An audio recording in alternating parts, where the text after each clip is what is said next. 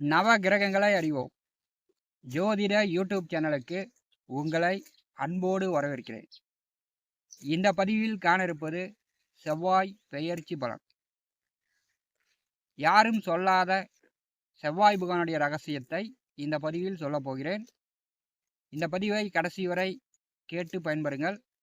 நம்முடைய சேனலை பார்த்து கொண்டிருக்கக்கூடிய அன்பர்கள் சப்ஸ்கிரைப் செய்து கூடவே இருக்கின்ற ஆல் பட்டன் அழுத்திங்க. நன்றி.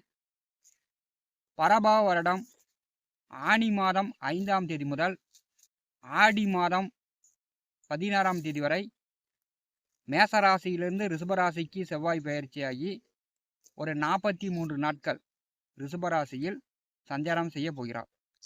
ஆங்கில தேதிப்படி 19/6/2026 முதல் 1/8/2026 வரை ரிஷபராசியில் செவ்வாய் புகான் வந்து சஞ்சாரம் செய்வார். செவ்வாய் புகானை பற்றி செவ்வாயுடைய ரகசியத்தை காணலாம். செவ்வாய் அப்படின்னாலும் செவ்வாய்க்கிழமை அப்படின்னாலும் பொதுமக்கள் வந்து செவ்வாய்க்கிழமையா அதில் வந்து எந்த நல்ல காரியமும் செய்யக்கூடாது, செவ்வாயோ வெறுவாயோன்னு போயிடும் அப்படின்னு பயந்துக்குவாங்க. பெரும்பாலும் செவ்வாய்க்கிழமையில் திருமணம், காது குத்து, கிரகப்பிரவேசம் இந்த மாதிரியான சுப காரியங்கள் செவ்வாய்க்கிழமையில் செய்வது இல்லை.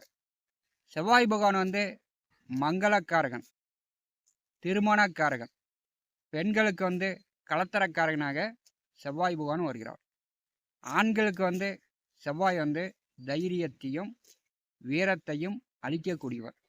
செவ்வாய் அப்படின்னால அதிக கோபம், முரட்டுத்தனம், அதிக கோபம், ஆத்திரம், பிடிவாதம் குடும்பத்துக்கு ஆகாது அப்படின்னு சொல்லுவாங்க. ஜாதகத்தில் வந்து ஆணாக இருந்தாலும் பெண்ணாக இருந்தாலும் செவ்வாய் தோஷம் வந்து மிக கடுமையானது, கொடுமையானது. பலருக்கு வந்து 40, 45, 50, 55 ஆனாலும் திருமணம் என்பது ஒரு எட்டாக்கனியாகவே திருமணம் நடைபெறாமலே பலருக்கு வந்து சென்று கொண்டிருக்கிறது. செவ்வாய் தோஷம் வந்து திருமணத்திற்கு மட்டும் இல்லை, வேலை, தொழில், உத்தியோகத்திற்கும் செவ்வாய் தோஷம் வந்து ஒரு பிரச்சனையாகவே இருக்கிறது. செவ்வாய் வந்து நிலமகன். செவ்வாய் வந்து ஜாதகத்தில் கெட்டுவிட்டார் என்றால் வீடு, இருப்பிடம், சொத்து சார்ந்து பிரச்சனைகள் கூடுதலாக இருக்கும். செவ்வாய் புகான் வந்து சனியோடு சேர்ந்தால் அந்த ஜாதகன் வந்து தைரியத்தை இழப்பார், தன்னுடைய சகோதரனை இழப்பார், தன்னுடைய கௌரவம், மதிப்பு, மரியாதையை இழப்பார். ஜாதகன் வந்து ரோசத்தால், பிடிவாதத்தால் பூர்வீக சொத்தையே ஒரு காலகட்டத்தில் இழந்து விடுவார். வேலை, தான் சம்பாதித்த பணத்தையும் செவ்வாய் தோஷம், செவ்வாய் சனி சேர்க்கை உள்ளவர் ஒரு காலகட்டத்தில் இழப்பார். செவ்வாய் வந்து ஆயுதங்களால், வண்டி வாகனங்களால் பார்த்தீங்கன்னா விபத்து, ஆயுதங்களால் காயம், வெட்டு, அறுவை சிகிச்சை என்று உடல் வந்து வேதனைப்பட வைத்திரும். செவ்வாய் வந்து நல்ல நிலையில் இருந்தால், ஜாதகத்தில் செவ்வாய் வந்து கெடாமல் நல்ல நிலையில் இருந்தால் போலீஸ், இராணுவம், மருத்துவம், மின்சாரம், யூனிஃபார்ம் சர்வீஸ் வேலையில் அந்த ஜாதகன் வந்து ஓயாமல் பார்த்தீங்கன்னா பரபரப்பாக இயங்கக்கூடிய இந்த வேலையில்லாம் மிக சிறப்பாக செயல்படுவார். செவ்வாய் நல்ல நிலையில் இருந்தால் மட்டும்தான் இயந்திரம், வண்டி வாகனங்கள் ஓட்டுநர் ஆக முடியும். செவ்வாய் நல்ல நிலையில் இருந்தால் தான் விவசாயம், ஆடு மாடு நல்ல வளர்ச்சியை ஏற்படுத்தும்.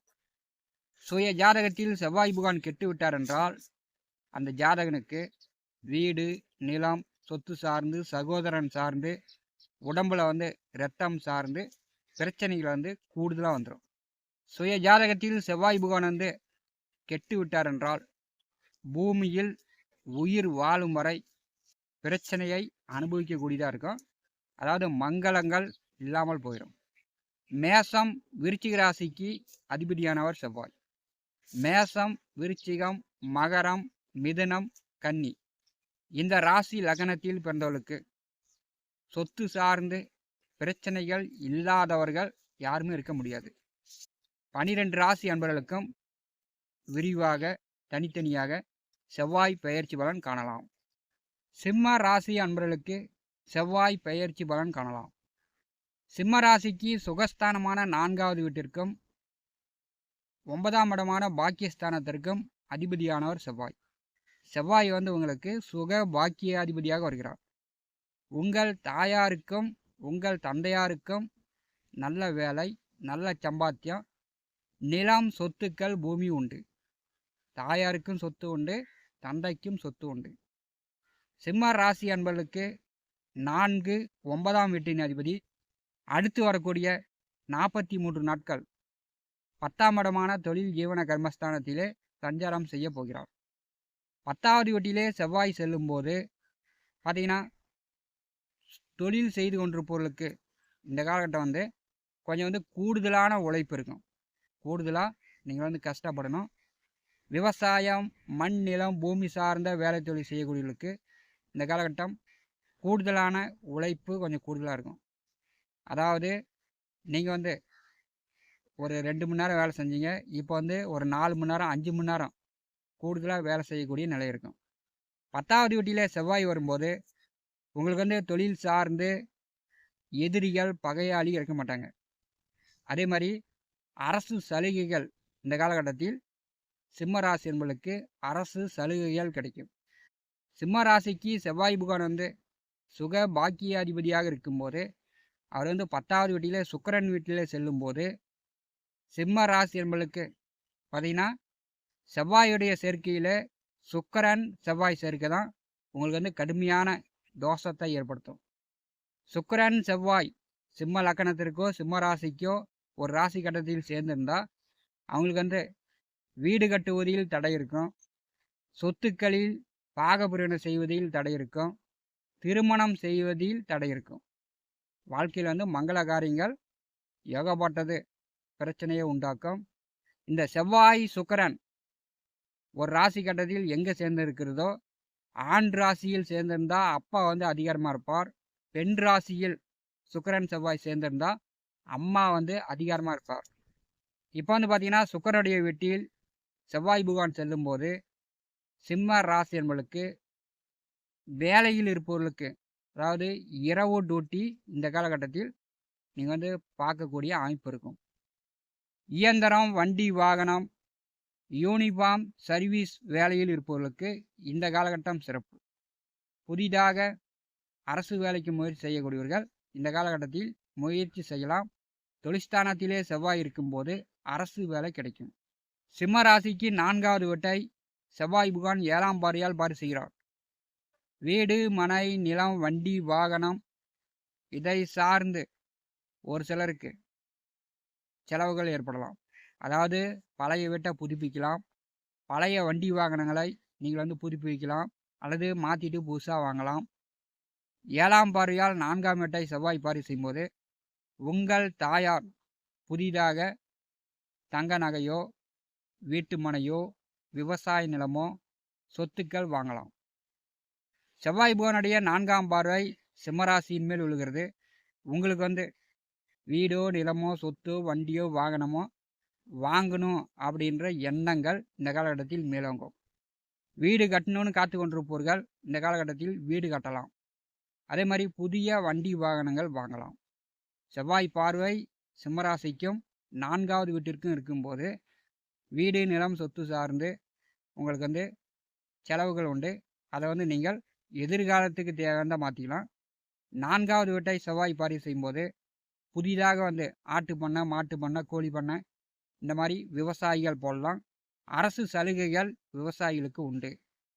செவ்வாய் பகவானுடைய 8ஆம் பார்வை சிம்மராசிக்கு பூர்வ புண்ணியஸ்தானமான 5வது வீட்டின் மேல் விழுகிறது.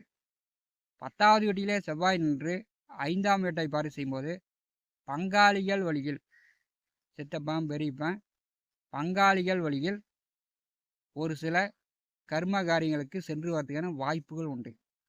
5வது வீட்டை செவ்வாய் 8ஆம் பார்வையால் பார்வை செய்யும்போது உங்கள் குழந்தைகளிடம் இருந்து வந்த இரகசியத்தனம் இந்த காலகட்டத்தில் சிம்மராசி என்பர்கள் அறிந்து கொள்வீர்கள். அதற்குண்டான வாய்ப்புகளை செவ்வாய் புகான் உங்களுக்கு தருகிறார். செவ்வாயுடைய 8ஆம் பார்வை பூர்வ புண்ணியஸ்தானத்தின் மேல் விழும்போது பூர்வீக சொத்து சம்பந்தப்பட்ட பிரச்சனைகள், பார்த்தீங்கன்னா ஒரு சிலருக்கு இருந்துச்சுன்னா, கோர்ட்டு கேஸு, வழக்கு வில்லங்கம், சட்ட சிக்கல் இருந்துச்சுன்னா, சிம்மராசி என்பளுக்கு இந்த காலகட்டம் எதிர்வரக்கூடிய இந்த 43 நாட்கள் மட்டும் இல்ல, அடுத்து வரக்கூடிய லாபஸ்தானத்துக்கு தான் செவ்வாய் வருகிறார். சொத்து சார்ந்த பிரச்சனைகள் நீங்கும். பூரிய சொத்துக்கள் பாகப்பிரிவினை செய்து கொள்ளலாம். சிம்மராசிக்கு ஒரு நல்ல வாய்ப்பு தான். 10வது வீட்டிலே செவ்வாய் வரும்போது சிம்ம ராசி அன்பர்கள் இதை நீங்கள் பயன்படுத்தி கொள்ளலாம். இந்த மாதிரி தான் உங்களுக்கு நடக்கும். இதுதான் உண்மையான பலன். சிம்ம ராசி என்பளுக்கு 4, 9ஆம் அதிபதி சிம்மராசிக்கு யோகாதிபதியாக இருந்தாலும் அவரே உங்களுக்கு பாதகாதிபதியாக வருகிறார். சிம்மராசிக்கு 10வது வீட்டிலே செவ்வாய் செல்லும்போது சுக்கிரன் 12ஆம் இடத்திலும் ஜென்ம ராசிக்கும் வரப்போகிறார். தந்தையாரிடம் கருத்து வேறுபாடு இல்லாமல் பார்த்துங்க. முருகன் வழிபாடு செய்யுங்கள். செவ்வாய் அப்படின்னாலே முருகன். முருகனுடைய வழிபாடு செய்யுங்கள். முருகனுடைய அருள் பரிபூர்ணமாக கிடைக்கும்.